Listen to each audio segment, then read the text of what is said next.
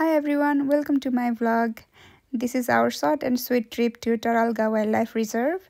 So let's explore it together. It is just 1 hour and 45 minutes drive from Canberra. हामी जाँदै गर्दा चाहिँ आजको वेदर एकदमै क्लियर थियो अनि एकदम राम्रो देखिरहेको थियो. अनि क्यानबेराबाट जाँदै गर्दा चाहिँ लेक जोर्ज भन्ने ठाउँ चाहिँ बिचमा पर्छ अनि यो एकदमै राम्रो देखिरहेको थियो है बिहानको समयमा. हामी क्यानबेरादेखि चाहिँ 1 आवरको ड्राइभ पछाडि गोल्बन आइपुग्यौँ अनि गोल्बनमा चाहिँ एउटा बिग मेरिनो भन्ने छ. त्यो चाहिँ एउटा ठुलो भेडा हो अनि हामी त्यहाँ एकछिन रोकेर त्यो भेडा पनि हेरेर जाऊँ भन्ने सल्लाह गऱ्यौँ. अनि त्यसपछि हामी चाहिँ यो भित्र चाहिँ कहिले पनि छिरेको थिएन अनि यो चाहिँ भेडाको भित्र चाहिँ यस्तो स्ट्रक्चर गरेको रहेछ अनि त्यहाँ गयौँ अनि कफीहरू ल्यायौँ खायौँ अनि एकछिन त्यही एरियाहरू घुम्यौँ.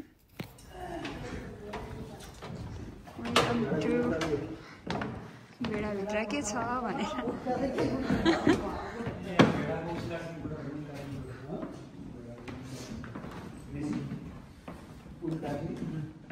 गोल्बनदेखि चाहिँ 45 मिनट्सको ड्राइभमा हामी हाम्रो डेस्टिनेसन पुग्ने थियौँ अनि त्यहाँबाट चाहिँ हामी लाग्यौँ.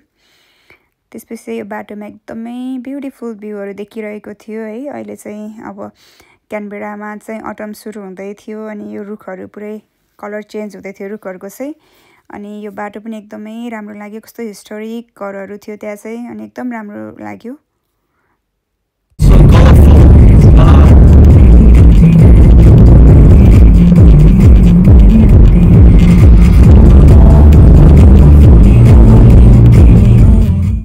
यो जाँदै गर्दा चाहिँ कस्तो सुन्दर दृश्यहरू देख्न पाइयो वरिपरि अनि एकदम रिफ्रेसिङ भयो हामी सबैको लागि.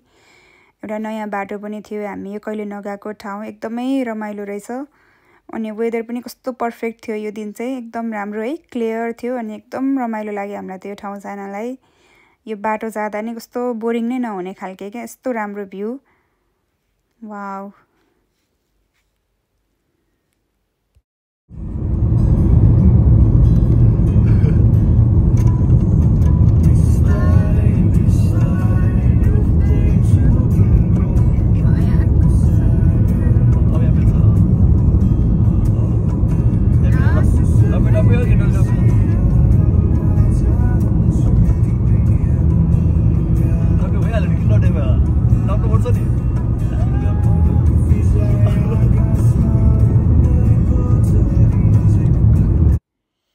बाटोको भ्यूहरूले चाहिँ कस्तो अस्ट्रेलिया नै होइन जस्तो फिल भइरहेको थियो क्या. कहाँ हिँडिरहेको छु जस्तो कति टाढा शान्त ठाउँमा कन्ट्री साइडको भाइब्स दिइरहेको थियो.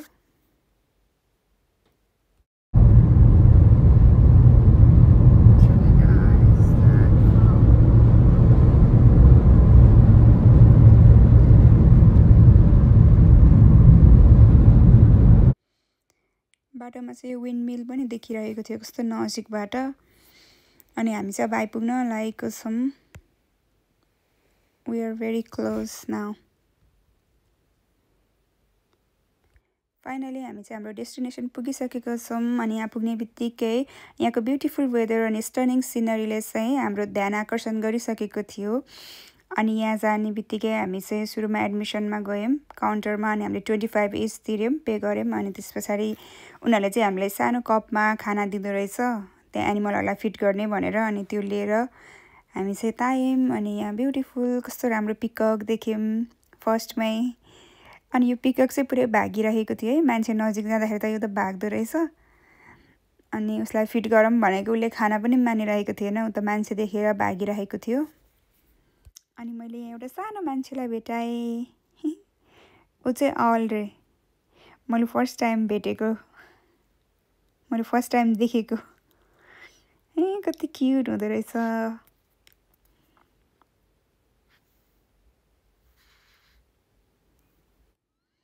अनि त्यो साइडमा चाहिँ डिफ्रेन्ट खालके चराहरू थियो है.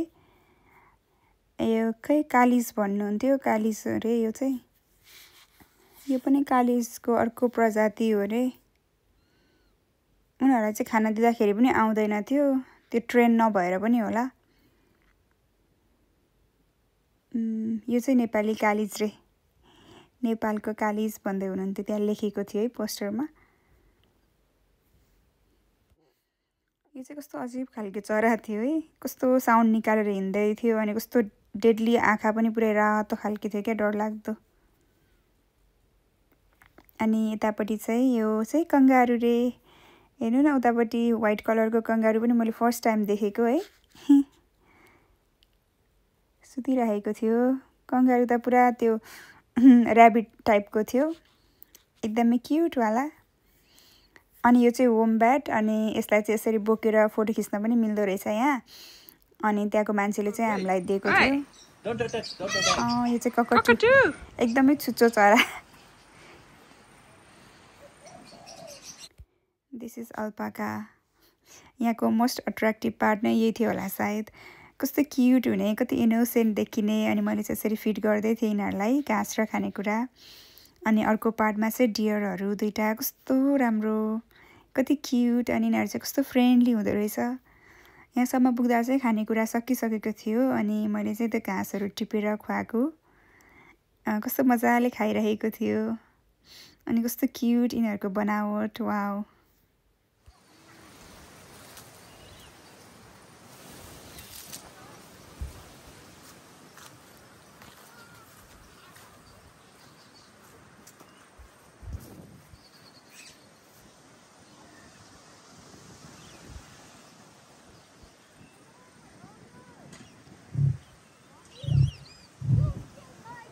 You hungry?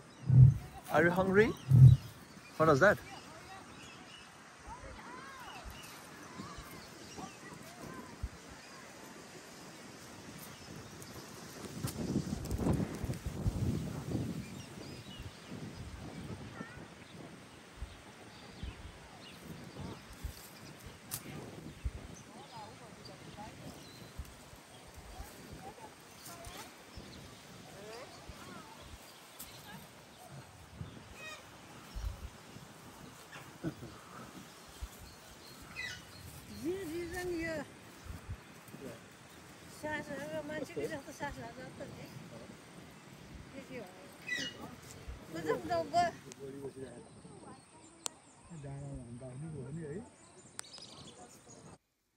लास्टमा चाहिँ हामीले केही सेल्फीहरू अनि फोटोहरू खिच्यौँ त्यहाँ।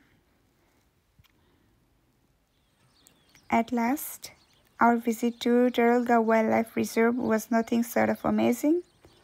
Guys, if you are near to Sydney or Canberra, I highly recommend adding this same to your itinerary. Thank you for watching. Stay safe. Bye.